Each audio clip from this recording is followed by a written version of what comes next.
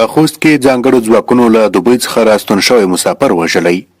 په خوست ولایت کې د کمپاین عسکرو یو ځل بیا یو تن مسافر وژلی.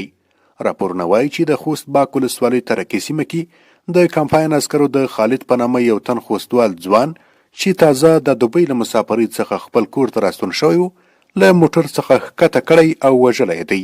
خالد چې د خوست علي شیرو ولسوالۍ د قدمو د سیمې اصلي اوسیدونکی و. کلونه یې په دوبۍ کې مزدوري کوله چې څه موده وړاندې په رخصتۍ راغلی و، خو نن د کمپاین عسکرو له لوري ووژل شو. څه موده وړاندې هم د وژل شوي خالد یو بل ورور ابراهیم هم د ځانګړو ځواکونو له لوري وژل شوی و. باید وویل شي چې په خوست کې په دې وروستیو کې د کمپاین عسکرو له لوري د ملکي خلکو صحرایي وژنې تر بل هر وخت زیاتې شوي دي او هره ورځ له دغه ولایت څخه د کمپاین عسکرو له لوري د ملکي خلکو د وژل کېدو راپورونه ورکول کیږي.